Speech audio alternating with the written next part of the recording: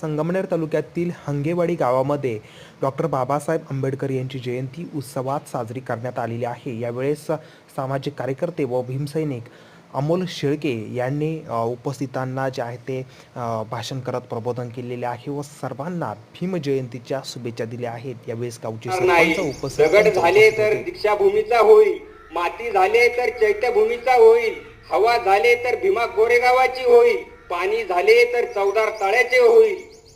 सजली अवघी पाहण्या तुमची कीर्ती, तुम्ही येणार म्हटल्यास नसा नसात भरली स्मृती।